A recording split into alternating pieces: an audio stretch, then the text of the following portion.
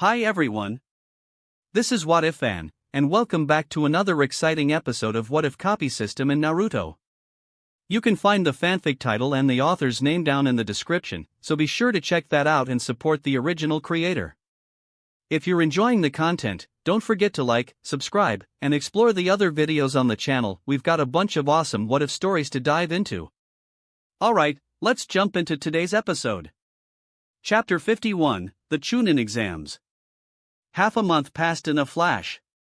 During this time, Shin and his team continued to carry out D-rank missions under the guidance of their temporary Jonin sensei, Asakawa Ki.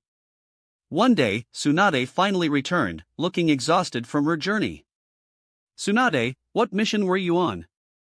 It took you so long," Shin asked curiously. "I was in the Land of Wind, investigating the movements of Tsunagakure. I'm afraid things are about to get a bit turbulent in the shinobi world," Tsunade replied after taking a long drink of water.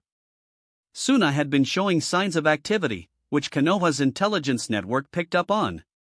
The Sandaime Hokage, Sarutobi Hiruzen, had dispatched Orochimaru, Tsunade, and Jiraiya to investigate. It had been a while since the First Shinobi World War. The various hidden villages had been bolstering their forces, and the war hawks were starting to gain influence. Tsunade's investigation revealed that Suna was indeed preparing for war, and their target was Konoha.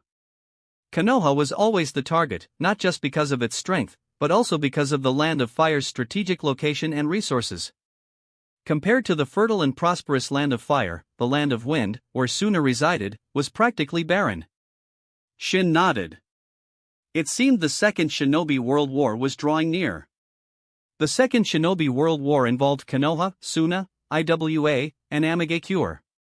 Amagakure, from the small nation of the Land of Rain, would become the main battleground.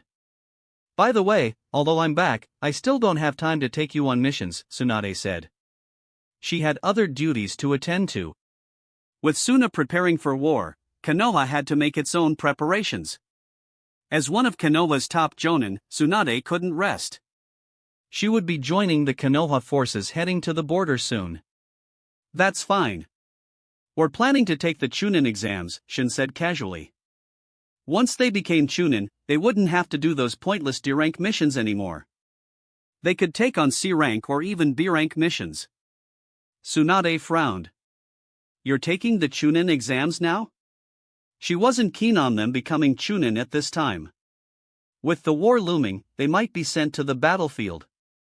Tsunade hadn't experienced the horrors of war herself, but she knew how dangerous it was. "Yeah, doing missions in the village is boring. We want to become Chunin and see the world." They hadn't left Konoha since that mission with Tsunade. "If you've made up your mind, I won't stop you." Tsunade considered Shin's strength. There wasn't much to worry about. He was stronger than her. And if he had decided, she couldn't change his mind. "What's the Chunin exam process like now?" Shin asked. "Simple. Survive a spar against an elite Chunin for 3 minutes, and you pass," Tsunade explained. The current Chunin exams weren't as complicated as the Chunin exams in the future. As long as you could prove you had the strength of a Chunin, you passed. Surviving 3 minutes against an elite Chunin was proof enough. They prepared for a day, and the next morning, they applied to take the Chunin exams. The Sandaime Hokage examined their applications. As Hokage, he had to review all Chunin applications. Chunin were the core fighting force of a hidden village. Hiruzen couldn't neglect this matter. Especially with Uzumaki Shin, Uzumaki Kushina, and Uchiha Makoto. 2 Uzumaki and 1 Uchiha. He had to pay attention. "You're sure you want to apply to become Chunin?" The Sandaime looked at the 3 genin, who were currently in his office. "Yes, we've made up our minds." "Very well. I will arrange your exam. But if you fail, even as Tsunade's students, you won't become Chunin." He stamped their applications, approving their request. He then assigned an Umbu agent to escort them to the exam location. The exam was held in one of Konoha's training grounds. 3 elite Chunin soon arrived. One of them had the Uchiha clan symbol. "I am your examiner. You will each face one of these elite Chunin. As long as you can last 3 minutes, you pass. The Anbu agent said coldly. What's with that icy tone? It's like we owe him money, Kushina grumbled. Ignore him. All talk, no action, Shin whispered back. That was how he saw Anbu. They acted tough, but they rarely achieved anything. I'll take the Uchiha, Shin said to Kushina and Makoto. He hadn't expected an Uchiha to be here. He suspected it was a deliberate arrangement by the Sandaime Hokage. He was right. The Uchiha elite Chunin was indeed assigned by Hiruzen. Uchiha were naturally stronger than most. In a one-on-one fight, they rarely lost. Kushina and Makoto had no objections. The exam was a series of one-on-one battles, but they would be held simultaneously. The training ground was large enough. Shin walked towards the Uchiha, while Kushina and Makoto faced the other two Chunin. The Anbu agent with the animal mask watched from the side, a detached observer. That prying feeling, is that the Sandaime? Shin sensed someone watching him and frowned. It had to be the Sandaime Hokage using the telescope jutsu. To use the telescope jutsu, one needed to know the target's chakra signature. The Sandaime wasn't familiar with Shin's chakra, but he could use someone else's vision, like that of Shin's opponent. You chose me? It seems you don't want to become a Chunin. The young Uchiha said calmly. Skip the trash talk and let's fight. Shin drew his Kusanagi sword and attacked. Knowing that Hiruzen was watching, Shin held back. He didn't want to reveal too much of his strength. Chapter 52, Hiruzen Sarutobi's Invitation. Clang! Shin struck the Uchiha elite Chunin with the flat of his blade. The force of the blow sent the Chunin flying, his grip loosening on his kunai. Shin frowned. He had held back considerably, yet the Chunin was still so easily defeated. How weak! In the Hokage's office, Hiruzen watched with surprise. That was quite a display of strength. But the boy was an Uzumaki, it wasn't that surprising. The Uzumaki clan was known for their strong bodies, vitality, and large chakra reserves. Attacking with the flat of your blade? Are you mocking me? The Uchiha Chunin had his pride. Shin's action had wounded it deeply. Better to be mocked than dead, Shin said calmly. The Kusanagi sword was incredibly sharp. It could easily slice through the Chunin's kunai. If Shin hadn't held back, the Chunin would be dead. But the enraged Chunin didn't care. He attacked with ninjutsu. Fire style, fireball jutsu. Shin simply swung his sword, cleaving the fireball in two. The Anbu examiner was startled. Could swordsmanship be that powerful? He rarely saw kenjutsu used like this. Sharingan. Two tomo appeared in the Chunin's eyes. He was serious now. Shin used the body flicker jutsu, appearing before the Chunin in an instant. He punched the Chunin in the gut, sending him crashing to the ground. I passed, right? Shin asked the Anbu examiner. The examiner nodded, his shock evident despite the mask. Defeating an elite Chunin in under a minute? Was this kid a genius? 10-year-old Chunin weren't unheard of in Konoha. Orochimaru had become a Chunin at 10. But defeating an elite Chunin at that age? That was rare. Only one other person came to mind, Tsukumo Hatake, Kakashi's father. In the Hokage's office, Hiruzen pondered. Judging from Shin's performance, his strength was easily at Tokubetsu Jonin level. Shin hadn't used any ninjutsu, so Hiruzen couldn't assess his skills in that area. But one thing was certain, this boy was a genius. Hiruzen was already considering recruiting Shin into the Anbu. After Shin's battle ended, Kushina and Makoto also defeated their opponents. The Anbu examiner was stunned. One genius was rare, but three at once? This was unprecedented. Come with me to the Hokage's office. He escorted them back to the office and reported the results to Hiruzen. Hiruzen was also surprised. He had stopped observing after Shin's fight. He hadn't expected Kushina and Makoto to defeat their opponents as well. Defeating an elite Chunin within 3 minutes meant their strength surpassed that of an elite Chunin. 3 geniuses at once. Hiruzen was speechless. I'm pleased you all passed the Chunin exams. I have a question for you, would you be willing to join the Anbu? Hiruzen extended the invitation to all 3 of them. He had initially only considered Shin, but now that he knew Kushina and Makoto were also geniuses, he couldn't let them go. The Anbu, or the Anbu Black Ops, is a special assassination and tactical squad. Only the most elite shinobi are allowed to join. He explained, in case they weren't familiar with the Anbu. Kushina and Makoto indeed weren't familiar with the Anbu, but Shin was. Almost every hidden village had an Anbu organization. But joining the Anbu? No, that had never crossed his mind. What were the benefits? With his current strength, he didn't need the Anbu's training. And joining the Anbu meant a life of secrecy and restrictions. Sandaime-sama, I don't believe I'm worthy of being called an elite shinobi yet. I'm not qualified to join the Anbu. Shin refused. Kushina and Makoto, following Shin's lead, also refused. If Shin wasn't joining, they weren't interested either. Hiruzen frowned. He was displeased. Being rejected after personally extending an invitation didn't sit well with him. Won't you reconsider? The Anbu can help you improve your skills.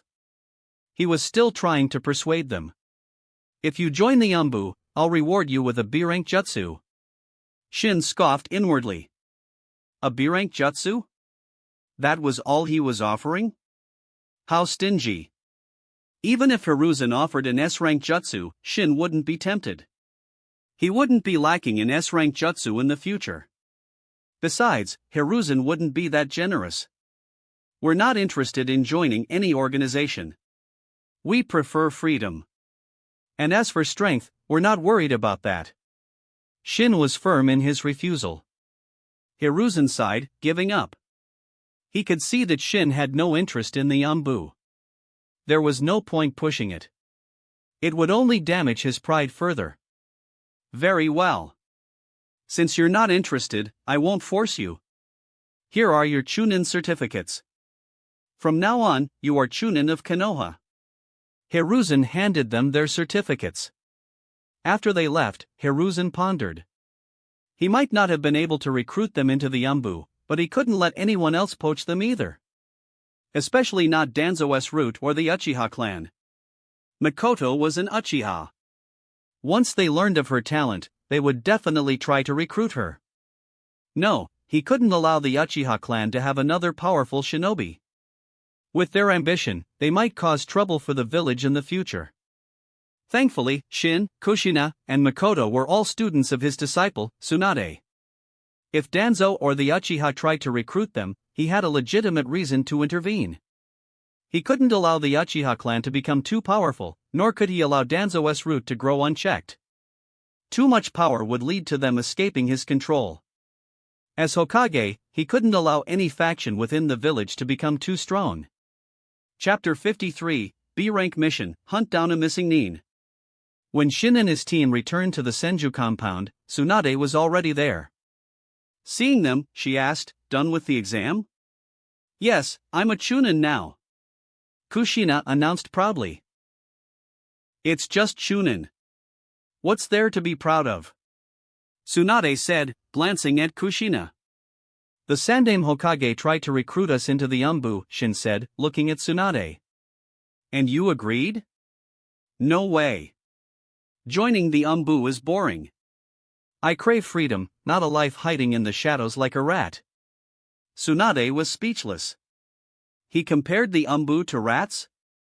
If the Anbu heard that, they'd probably come after him. "I'm heading to the border tomorrow. Be careful when you go on missions, especially you two. Listen to Shin." Tsunade looked at Kushina and Makoto. She was mainly talking to Kushina. Makoto was obedient and cautious, she wouldn't cause trouble. Kushina, on the other hand. "Got it, Tsunade. You be careful too," Kushina said. Tsunade was surprised. She had expected Kushina to argue, but she actually sounded concerned. If the war breaks out, be careful on the battlefield. We don't want to hear any bad news, Shin added. Tsunade was fine in the original story, but things might be different now. Don't worry, no one can defeat me. Just don't be reckless and charge at Kage-level opponents. If you're in danger, sell out your teammates. Let Orochimaru and Jiraiya take the hit. Especially Orochimaru, he's hard to kill. Shin offered his advice. Tsunade's eye twitched. What kind of advice was that? Relax, the war won't start that easily. It might just be a show of force, Tsunade said dismissively. Shin shook his head. He knew this war would definitely happen, and it wouldn't end quickly. The next morning, Tsunade left for the Land of Fire's border. Hiruzen had mobilized a force of 3,000 shinobi. Including Genin, Konoha had a little over 10,000 shinobi. 3,000 was a significant force. Let's go on a mission and have some fun outside the village, Shin said to Kushina and Makoto. The mission was secondary, exploring the world was the real goal. At the mission assignment desk, they ran into Nawaki and his team. Shin, you're here. I thought you weren't coming, Nawaki said. Nawaki, we probably won't be able to do missions with you anymore. Nawaki was confused. Why not? We passed the Chunin exams. We're Chunin now. We won't be doing D-rank missions anymore. You should try it too, Nawaki. Kushina answered. We graduated together. Why did you become Chunin without telling me? Nawaki whined. Don't worry, Nawaki. Genin are the strongest in Konoha. They can destroy the world. Shin patted Nawaki's shoulder and took the mission list, scanning it.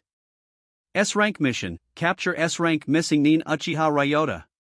Shin froze. Uchiha Ryota? If he remembered correctly, that was the guy he had a minor conflict with at the ramen shop. He had also copied Ryota's Sharingan prowess 4 times. But how did he become a missing Nin? And an S-rank one at that? S-rank missing Nin varied in strength, but they were generally Kage level or quasi-Kage level. Sorry, wrong list. The clerk took the list back. These are S-rank and A-rank missions. Chunin can't take those. Here's the correct list. He handed Shin another list. What are the requirements for taking S-rank missions? Shin asked. You need a team of at least 3 elite Jonin, the clerk replied. Fine. I'll take this mission to hunt down a Konoha missing Nin. Shin chose a mission to hunt down an elite Chunin level missing Nin.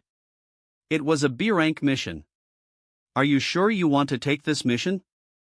Is there a problem? Shin frowned. Could they not even take B-rank missions? He had looked at the C-rank missions, they were all escort missions or bandit extermination. He wasn't interested in those. You can, but it's dangerous. You 3 are newly promoted Chunin. We'll take it, Shin said firmly. He wasn't worried about danger. Hunting down a Chunin-level missing Nin shouldn't be a problem. The clerk shrugged and handed Shin the mission details. It wasn't his problem if they failed. We're still stuck with D-rank missions, and you're already doing B-rank? Nawaki, Minato, and the others looked at them with envy. They also wanted to do higher-level missions. D-rank missions were mind-numbingly boring. We're going on a mission. We'll treat you all to dinner when we get back, Shin said to them. They left Konoha. Unbeknownst to them, Hiruzen was informed of the mission they had taken. Hunting down an elite Chunin-level missing Nin? With their strength, they shouldn't be in any danger. Hiruzen estimated Shin's strength to be around Tokubetsu Jonin level. Kushina and Makoto could also defeat elite Chunin. He didn't think Shin was Jonin level yet.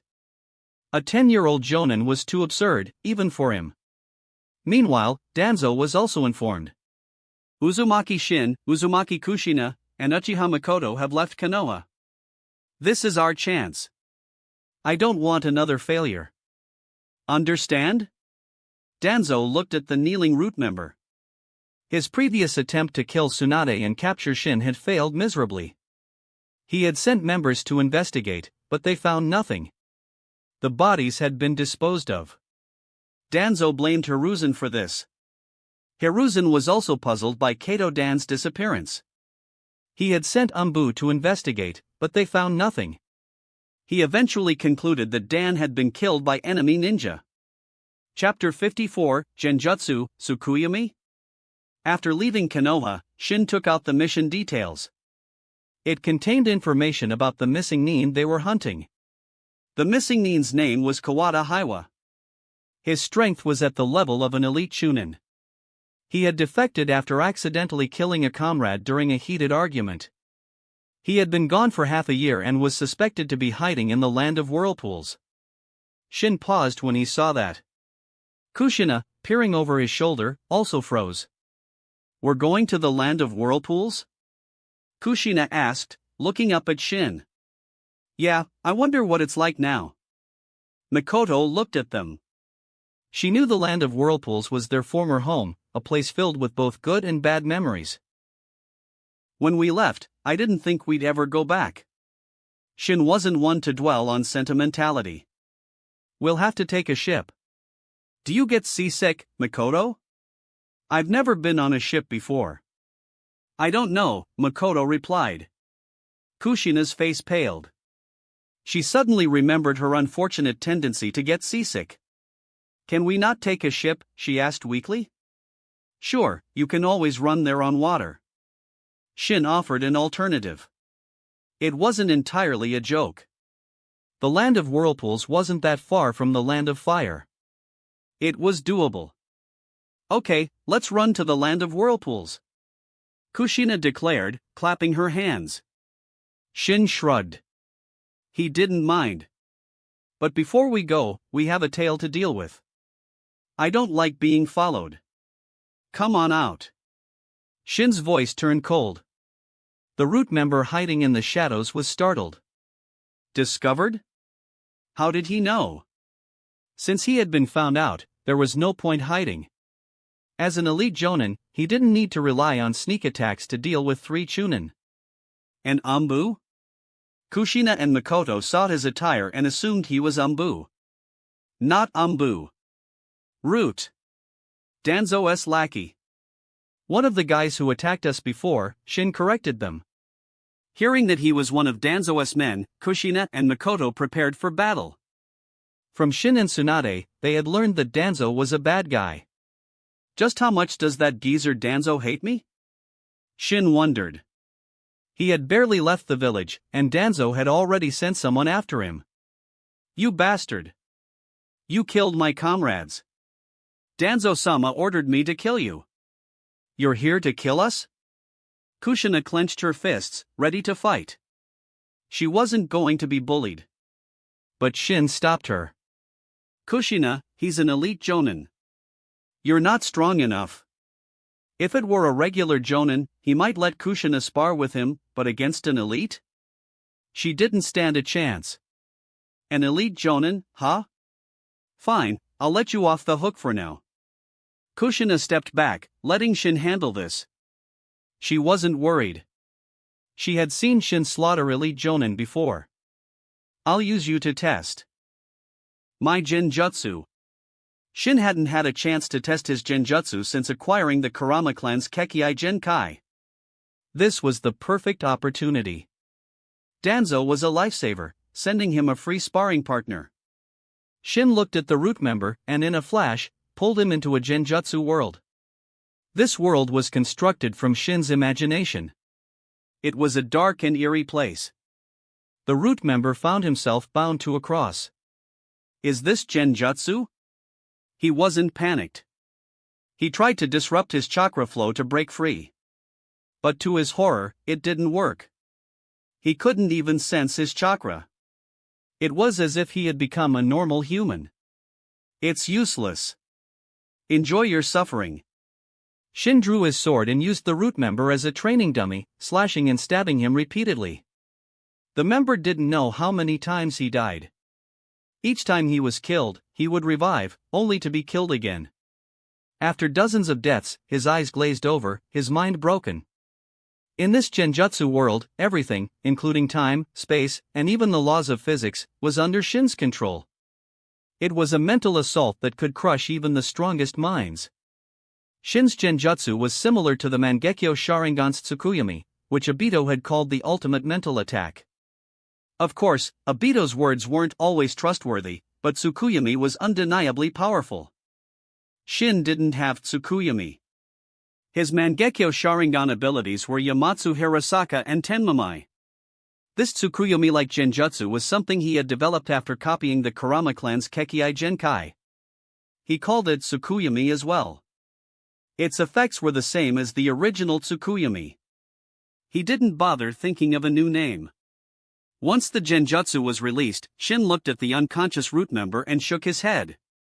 A single Tsukuyomi had broken him.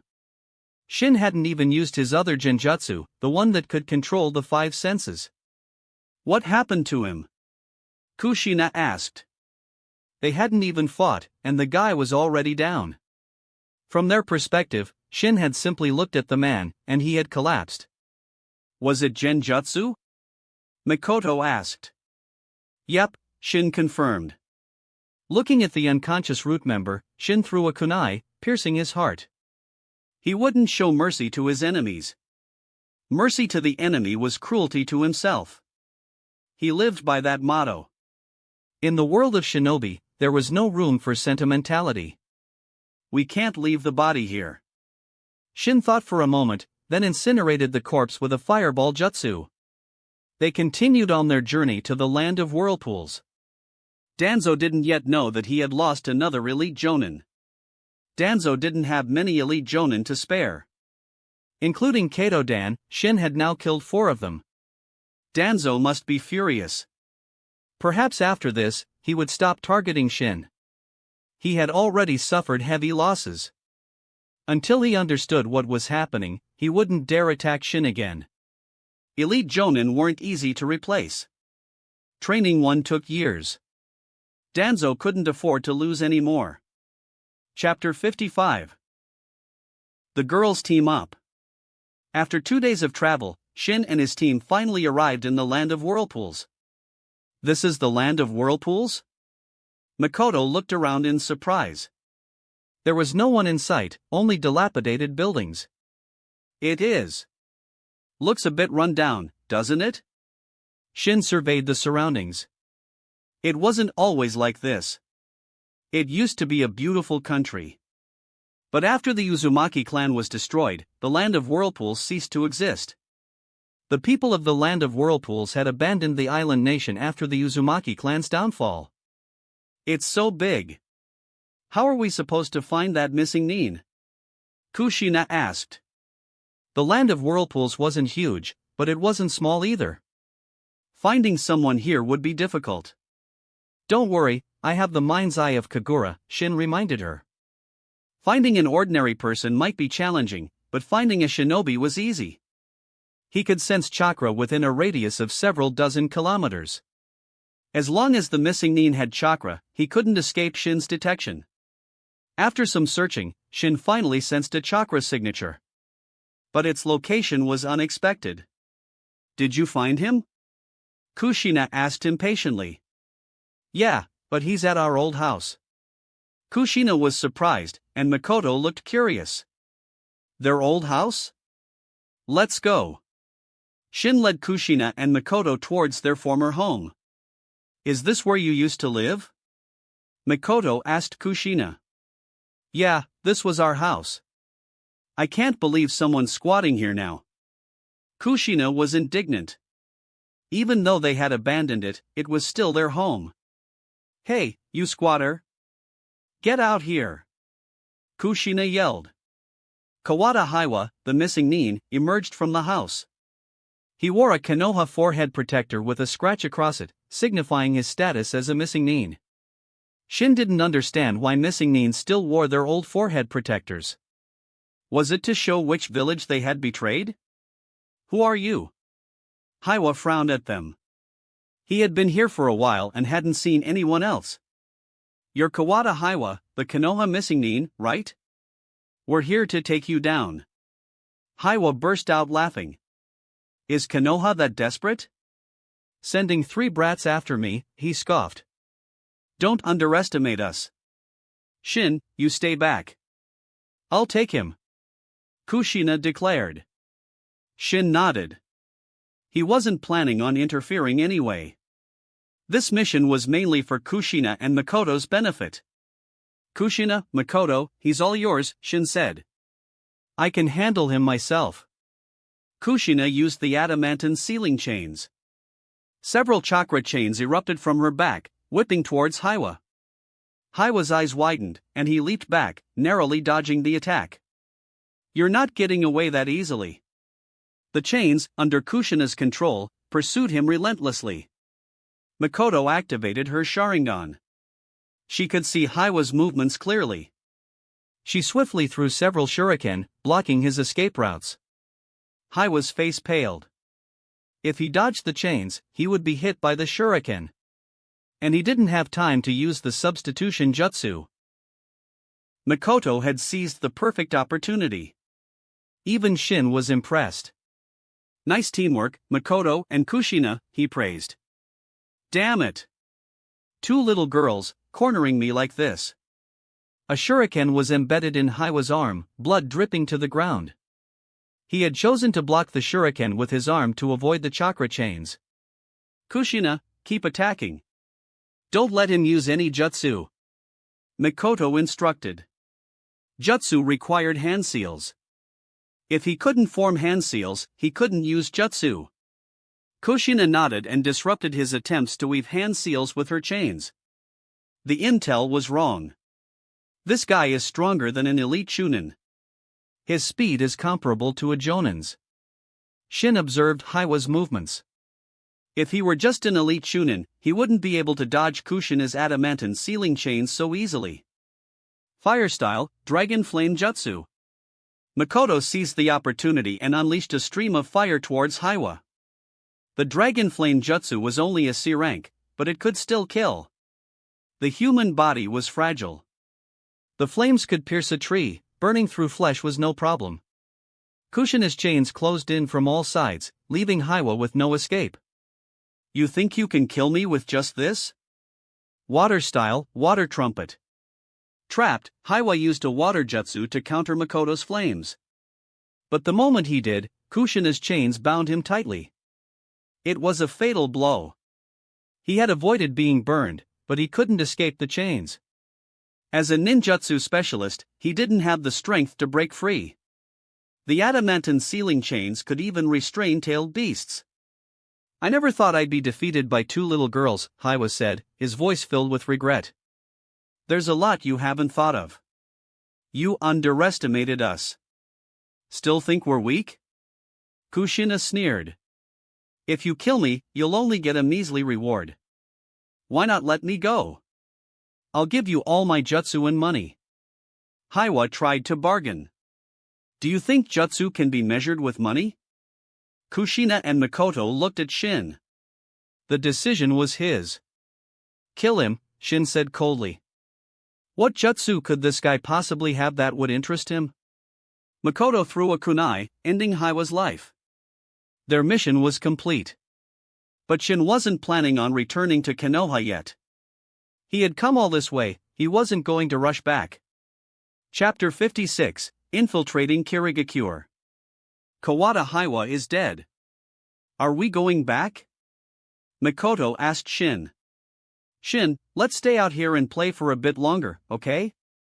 Kushina pleaded, tugging on his arm. Call me big brother, and I'll agree, Shin said with a smirk. No way. I'm older than you. You should be calling me big sister.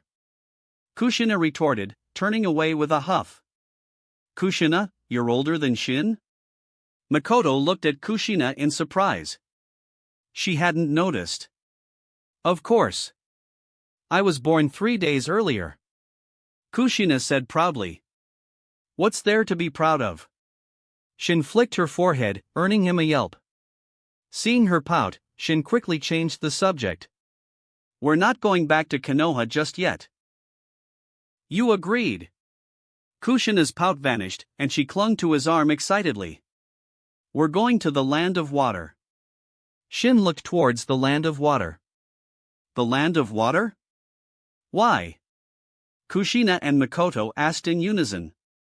Kirigakure was definitely involved in the Uzumaki clan massacre. Time to collect some interest. But is it safe to go there? Just the three of us? Makoto asked worriedly. Don't worry, I know what I'm doing. We won't be in any danger. Shin smiled confidently. In the current shinobi world, even Madara Uchiha couldn't threaten him. If he couldn't win, he could always escape. They left the land of whirlpools and returned to the land of fire, then took a ship to the land of water. We can't escape the fate of riding a ship, huh? Kushina grumbled. Kushina, just because you got seasick last time doesn't mean you will this time. See? You're not feeling sick at all. Shin reassured her. After a day's journey, they arrived on a small island in the land of water. It wasn't the main island, but one of the smaller ones surrounding it. This time, Kushina didn't get seasick, and neither did Makoto. Kushina, Makoto, I've scouted the island. It's safe. Stay here for now. Shin said. He had already told them about his plan to infiltrate Kirigakure. He wasn't taking them with him. He could protect himself, but taking Kushina and Makoto into Kirigakure was too risky. I know we'll just hold you back, so we won't go. But you have to be back within 3 days, or we'll come looking for you. Kushina said seriously. She wasn't going to throw a tantrum and demand to go with him. She knew she'd be a burden. But she set a deadline. If Shin didn't return within 3 days, she would go to Kirigakure to find him. Shin, be careful, Makoto said. Don't worry, I can always escape if I can't win. With my space-time ninjutsu, no one can stop me, Shin said confidently. He had a trump card, after all. Kirigakure wasn't the weakened village it would become after the Bloody Mist era. It was still a powerful force. Shin was strong, but he couldn't take on an entire village alone. Only those at the level of Madara Uchiha or Hashirama Senju could do that. It took him less than half an hour to reach the main island. After asking around, he found the location of Kirigakure. He killed a Kiri shinobi and used the transformation jutsu to disguise himself, entering the village undetected. The guards at the village gates couldn't see through his disguise. The current Mizukage is the third Mizukage. I wonder how strong he is. Shin sat in a ramen shop, pondering. Information on the third Mizukage was scarce. Shin didn't even know his abilities. But he was sure the third Mizukage wasn't that strong. If he were, he wouldn't have been controlled by an elderly Madara Uchiha. Although it wasn't explicitly stated, Shin suspected that the third Mizukage had been under Madara's control during the Third Shinobi World War. He didn't know if that was still the case. He finished his ramen. It was quite good. Shin had several objectives in Kirigakure. One was to acquire Kekkei Genkai. The Kagaya clan in Kirigakure possessed the Shikatsumiyaku Kekkei Genkai. They were suspected to be related to Kagaya Otsutsuki. Perhaps Shikatsumiyaku was derived from the all-killing ash bones. It was just speculation, but it didn't really matter. Shin wasn't interested in copying Shikatsumiyaku. He had 2 reasons. First, it had a drawback, the Shikatsumiyaku disease. Although he had the perfect sage body and theoretically shouldn't be affected, he didn't want to risk it. Second, not every Kagaya clan member possessed Shikatsumiyaku. Perhaps there weren't any with an awakened Kekkei Genkai right now. He wanted the ice release of the Mizunashi clan. OC clan of Hayatan ice release. And he also wanted the Forbidden Scroll, which contained Kirigakure's secret jutsu. First, copy ice release. Then, try to steal the Forbidden Scroll. The scroll was a valuable item, obtaining it wouldn't be easy. Shin didn't have high hopes. He used his Sharingan to hypnotize several Kiri shinobi and learned the location of the Mizunashi clan. He infiltrated the Mizunashi clan compound and copied the ice release from a clan member. Not every Mizunashi had awakened ice release. It took Shin a while to find a suitable target. He used an advanced replication card. He now had one advanced card left and one common card. Although he had copied the Ice Release Kekkei Genkai, he didn't know any Ice Release Jutsu. To avoid causing a commotion, he didn't search for any scrolls within the Mizunashi clan compound. It didn't matter. He was confident he could create his own Ice Release Jutsu, and they would be even stronger than the Mizunashis. He went to a small forest in Kirigakure and waited for nightfall. Copying Ice Release was done. Stealing the forbidden scroll during the day was too risky. He would wait until the dead of night. In the shinobi world, the dead of night wasn't the best time to act. Shinobi were more alert at night. The best time was just before dawn, when their guard was down. Shin decided to wait. He leaned against a tree and refined chakra. He also activated the mind's eye of Kagura, scanning Kirigakure. Chapter 57, The Forbidden Scroll Acquired.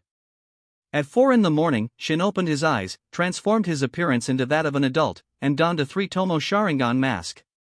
This mask was identical to the one Obito Uchiha wore during the Fourth Shinobi World War. He couldn't use his true appearance to steal Kirigakure's forbidden scroll. Whether he succeeded or failed, he would become a wanted man. You coveted the Uzumaki clan's sealing jutsu. Now it's my turn to covet yours. Shin smirked, his figure melting into the darkness. At this hour, the night was still deep. Shin moved swiftly towards the Mizukichi Tower. Who's there? He had barely entered the building when he was discovered. He sighed inwardly. Despite his strength, he was still a novice at infiltration. Sneaking into Kirigakure was one thing, but infiltrating the heavily guarded Mizukichi Tower was another. Hey, guys, I'm just here for a stroll. Trust me.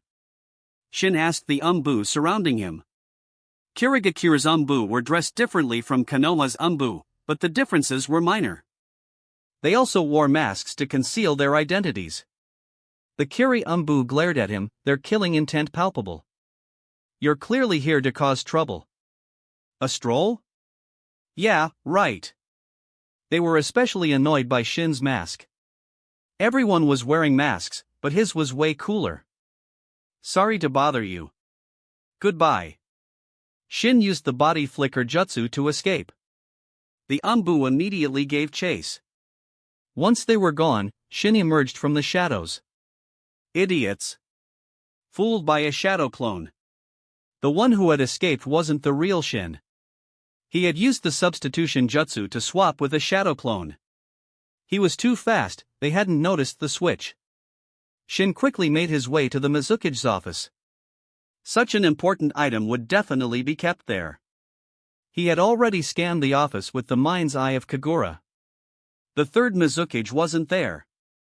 The Mizukichi had to sleep, after all. He wouldn't be staying in his office. And since there had never been an incident of someone infiltrating the Mizukichi Tower, the security wasn't as tight as Shin had expected. Genjutsu, Kyoka Suijutsu. This was the five senses control of the Kurama clan. Shin had given it a name, Kyoka Suijutsu. It could only briefly control the five senses, unlike Aizen's complete hypnosis, but Shin liked the name. Although it wasn't as powerful as Aizen's Shirkai, it had an advantage. It didn't require eye contact. Shin could control the target's five senses without them even seeing him. After activating Kyoka Suijutsu, Shin swaggered into the Mizukichi's office. The guards stationed outside didn't react. Their five senses were under his control. They saw and heard what Shin wanted them to see and hear. Under this genjutsu, they were puppets, unaware of their surroundings or even their own deaths. Shin wondered why the Kurama clan, with such a powerful Kekkei Genkai, was still a small clan. They couldn't use it as effectively as him, though. Their mental power was weaker, and their chakra reserves were smaller. The stronger the jutsu, the greater the chakra cost. They couldn't afford to use it often. Even Kurama Kaze, the only Kurama with an awakened Kekkei Genkai, struggled to control the five senses of a single jonin. Shin started searching the office, but he couldn't find the forbidden scroll. He almost turned the place upside down. Could it be somewhere else? He frowned. He continued searching, and finally, he found a hidden compartment. Inside was the Forbidden Scroll of Kirigakure. It was a huge scroll with the words Forbidden Scroll clearly written on it. There was also another sealed scroll beside it. Shin took that as well. Anything kept with the Forbidden Scroll had to be valuable. Just as he secured the scrolls, a group of Umbus stormed in. "Welcome back," Shin greeted them casually. "Bastard! The one who escaped was your shadow clone," the Umbu leader roared. They hadn't caught the clone, but they had realized they had been tricked. They rushed back, but it was too late. Shin had already found the Forbidden Scroll. The third Mizukage also arrived. Someone must have informed him of the commotion. He entered his office and saw the open compartment. His face hardened. "Where's the Forbidden Scroll? Hand it over." He glared at Shin. "You think I'd return something I already have?" Shin looked at him as if he were an idiot. "Who are you?" The Mizukage didn't attack.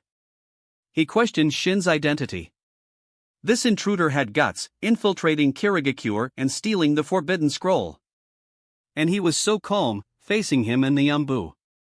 He was either an idiot or had a trump card. "Who am I?"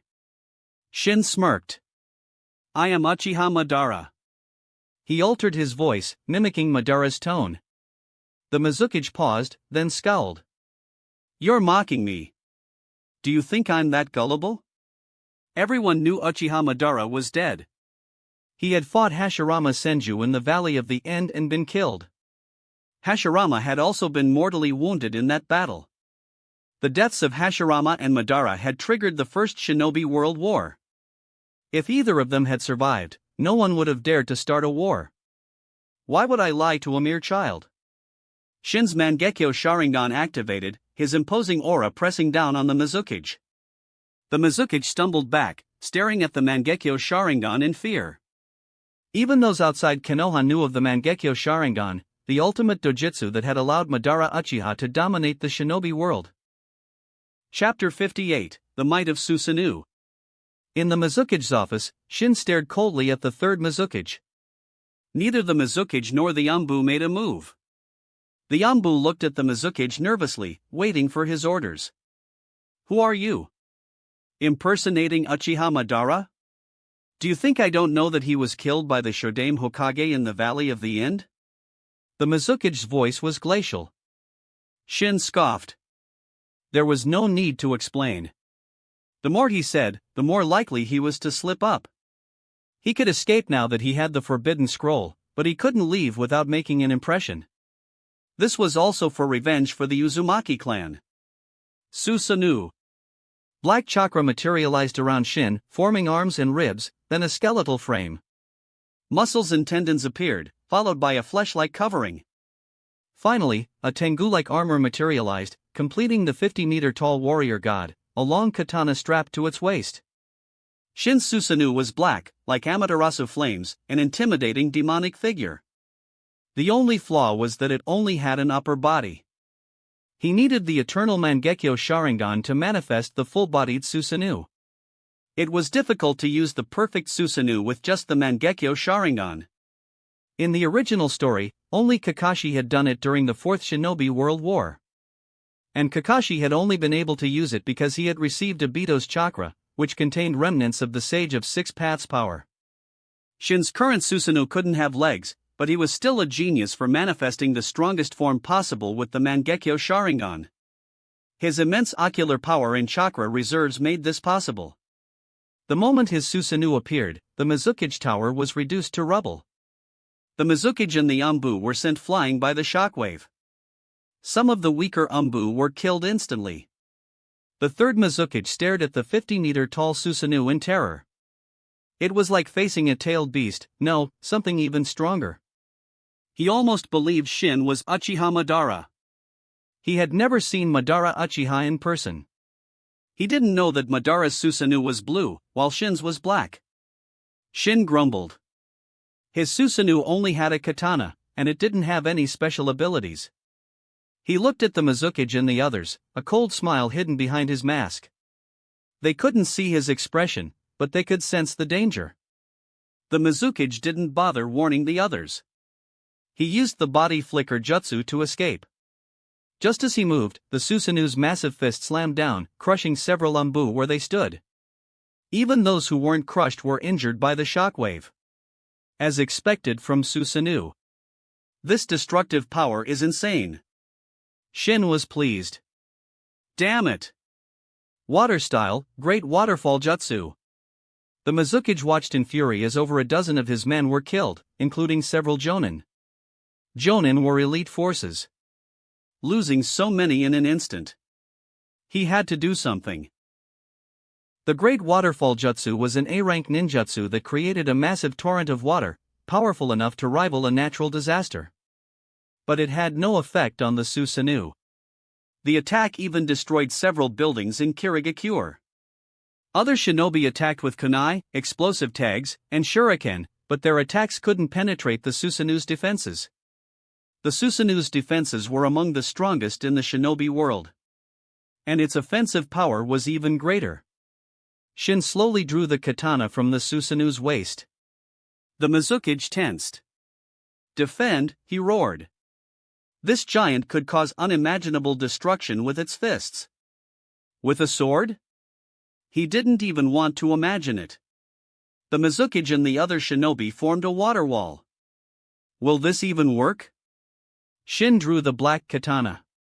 Slash! The black blade flashed, cleaving through the water wall and bisecting the shinobi in its path. The others were blown away by the force of the attack. I like this feeling. Shin smiled, enjoying the overwhelming power. The ground cracked, a long fissure snaking outwards. Some shinobi fell into the chasm, breaking their limbs.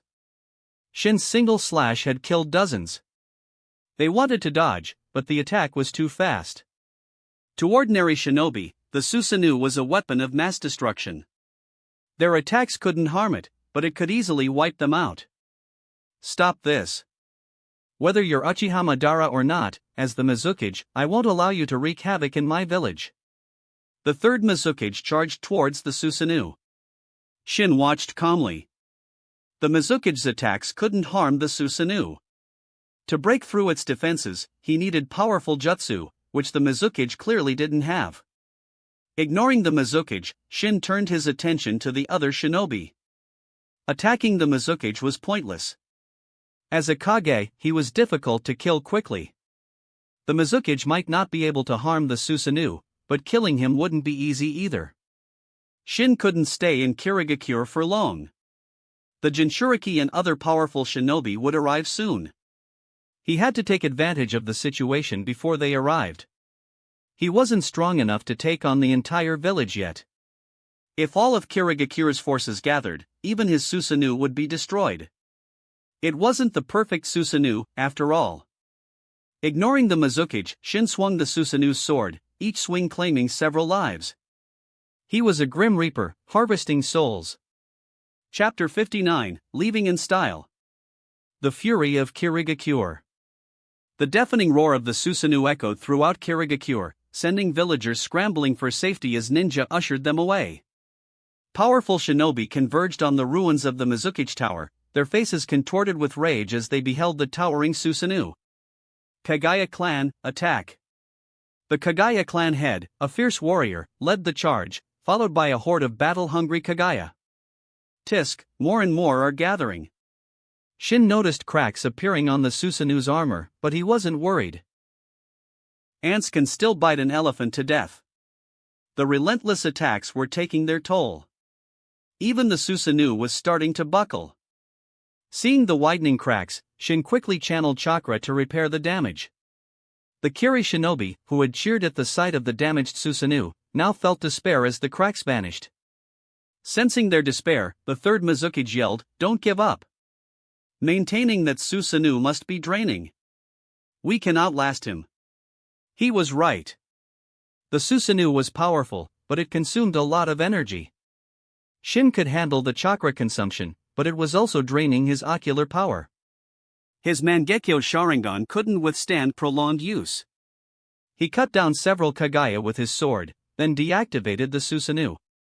He couldn't afford to exhaust his ocular power. He needed it to escape with Yamatsu Hirasaka. He's weakening. Keep attacking. The third Mizukage shouted excitedly. Fire style, Great Dragon Fire Jutsu. A massive fire dragon erupted, incinerating several Kiri shinobi before being extinguished by the Mizukage's water-style jutsu. Kill him, the Mizukage roared.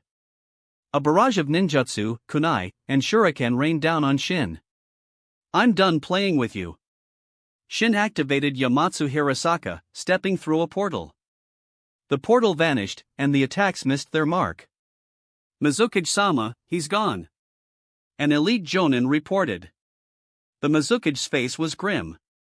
Kirigakure had suffered heavy casualties, and they hadn't even captured the intruder. They didn't even know how he had escaped. Search the entire village. I don't believe he can escape Kirigakure. Find him. The Mizukage roared in fury. They had lost over 300 shinobi, including jonin and even elite jonin.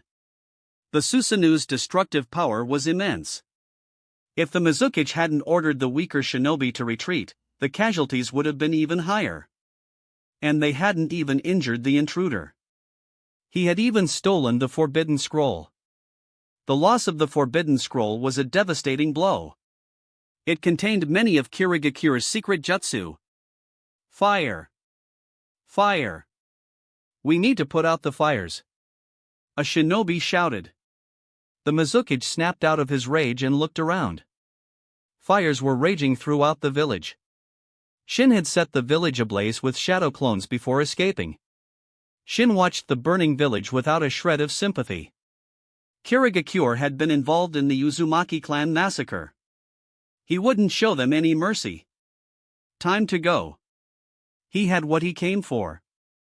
He had taken his revenge. It was time to leave. He used Yamatsu Hirasaka to teleport back to Kushina and Mikoto. It was still early morning, the sky still dark. Kushina and Mikoto were asleep in a tent they had set up. Shin appeared inside the tent. Kushina and Mikoto woke up instantly, reaching for their kunai. Good, you're alert, Shin said, pleased. It was important to be vigilant, especially when outside the village. Shin, you're back. Kushina launched herself at Shin, and Mikoto also rushed over. Shin, are you hurt? Mikoto scanned him for injuries. Of course not. Those Kiri weaklings couldn't even touch me. Shin reassured Mikoto. They hadn't been able to break through his Susanu's defenses. And even if he had been injured, he could always use Tenmamai to rewind time and heal himself. Relieved that he was unharmed, Kushina and Mikoto went to prepare breakfast. Shin was hungry, so they got to work. Breakfast in the wilderness was barbecue. Shin went hunting, Mikoto prepared the ingredients, and Kushina gathered firewood. While Shin and his team enjoyed their breakfast, the Kiri shinobi were fuming. They had extinguished the fires Shin had set, but the damage was extensive. The third Mizukage personally led the search for Shin, but they couldn't find him. Shin had already left. How could they find him? Mizukage-sama, what should we do? We can't let this go. The Kiri shinobi were frustrated and angry. They were one of the 5 great villages. Someone had infiltrated their village, killed hundreds of their shinobi, burned down countless houses, and escaped. This was a disgrace. If they found Shin, they would make him pay. The Mizukage was the most furious of all. He had failed to protect the Forbidden Scroll. He had no face left. He opened his eyes, which were usually closed, revealing a chilling glint. He was a Tajitame, someone with perpetually closed eyes, and when a Tajitame opened their eyes, it meant trouble. Uchiha. Konoha. He gritted his teeth. He would make Konoha pay for this. He wouldn't let this go. Shin had claimed to be Uchiha Madara, but the Mizukage didn't believe that. But he was certain the intruder was an Uchiha. Calm the villagers. I will handle this. The Mizukage said to the other shinobi. He would send someone to Konoha to demand an explanation. The Mangekyo Sharingan was unmistakable. He would hold Konoha and the Uchiha clan accountable. Shin had tried to use Madara as a scapegoat, but the Mizukage didn't believe Madara was alive. Now Konoha and the Uchiha clan would bear the brunt of his anger. Chapter 60, Steaming Danger Tyranny. Shin took out the Forbidden Scroll and the other sealed scroll he had acquired. These scrolls weren't easily opened. They were protected by seals. An ordinary person wouldn't be able to access the jutsu within, but Shin was different. He was an Uzumaki. Mito had taught him everything she knew about Fuin Jutsu. Sealing Jutsu. Shin easily dispelled the rudimentary seals and opened the Forbidden Scroll. It contained many water-release jutsu. What's that? Kushina and Makoto approached, their eyes fixed on the large scroll. This is one of my trophies from Kirigakure, their Forbidden Scroll. Unfortunately, there aren't many jutsu worth learning. Shin skimmed through the scroll. The strongest jutsu was probably the second Mizukage's Steaming Danger Tyranny. This jutsu was known as the Infinite Explosion Ninjutsu. It created clones with the appearance of children, formed from oil and water. These clones were fast, agile, and could explode repeatedly. The outer layer of the clones was made of oil, while the inside was filled with water. Once the clone moved, the oil would heat up rapidly, causing the water to evaporate and create a steam explosion. The clone would then shrink and absorb the surrounding water vapor to create more explosions, an endless cycle. But this powerful jutsu had a drawback: it weakened the user. The second Tsuchikage's body was covered in bandages because he had been burned by this jutsu during a battle with the second Mizukage. Besides this jutsu, there was also the Hozuki clan's water gun jutsu, a B rank, and the A rank water style, Great Waterfall jutsu. There was also a terrifying genjutsu from the first Mizukage, Mirage. But it required the summon, the clam, to use. So, no matter how powerful it was useless to Shin. Besides, Shin didn't need it. His genjutsu was far superior, thanks to his Mangekyo Sharingan and 5 senses control. See if there's anything you want to learn. Shin handed the scroll to Kushina and Makoto. He was disappointed. Kirigakure was so weak. There wasn't a single jutsu that caught his eye. Perhaps his standards were too high. He was looking for jutsu with immense destructive power. Ordinary jutsu didn't interest him. While Kushina and Makoto looked through the scroll, Shin unsealed the other scroll. It contained money. A lot of money. 10 billion ryo, to be exact. It must have been Kirigakure's budget. Shin had inadvertently stolen their funds. Looks like we won't have to worry about money anymore. Shin smiled faintly. Kushina, however, tossed the Forbidden Scroll aside and hugged the pile of money. Kushina, you're such a money grubber, Shin teased. This is all mine now. Kushina declared, sealing the money back into the scroll. Kirigakure must be furious, Makoto said worriedly. Shin knew what she was worried about. Don't worry, Makoto. No matter how much they investigate, they won't find me. And by the time they do, it'll be too late. No one would suspect him. His age was his best disguise. And he had used the transformation jutsu and a mask. By the time Kirigakure discovered the truth, it would be too late. He would be strong enough to crush them. Even if they found out, they wouldn't be able to do anything. They'd have to swallow their anger and accept their loss. Let's go to the main island of the Land of Water, Shin said. Shouldn't we leave the Land of Water? Kirigakure won't let this go, Makoto said. They had stolen the Forbidden Scroll, it was too dangerous to stay. It would be a shame to leave just like that. Let's explore the Land of Water and broaden our horizons.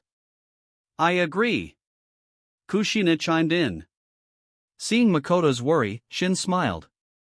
Don't worry, Makoto. Even if we're discovered, I can get us out of here. Yamatsu Hirasaka ignored distance. He could teleport them back to Konoha, though the chakra cost would be immense. By the way, do you want to learn any of the jutsu in the Forbidden Scroll? Shin asked. I don't have water release chakra. Most of the jutsu in there are water release, Makoto said. She was a genius, possessing wind, lightning, and yin release.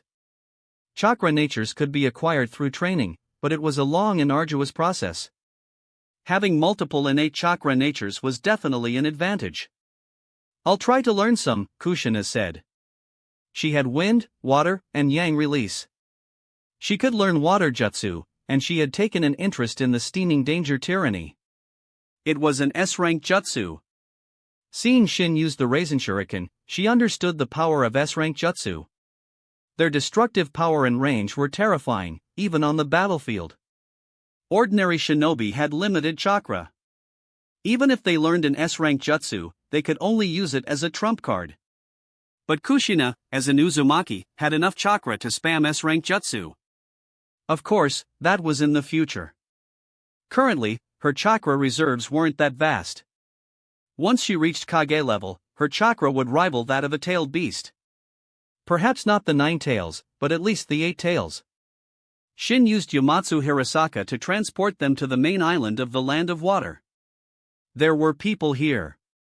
The Land of Water doesn't seem as prosperous as the Land of Fire, Kushina observed, looking at the houses and the people's attire. It was clearly a step down from the Land of Fire. In terms of wealth, no other nation could compare to the Land of Fire, thanks to its fertile lands and strategic location. That's it for this video. If you enjoyed it, don't forget to like, subscribe, and check out the other awesome content on the channel. There's plenty more to explore. Thanks for watching, and I'll see you in the next one.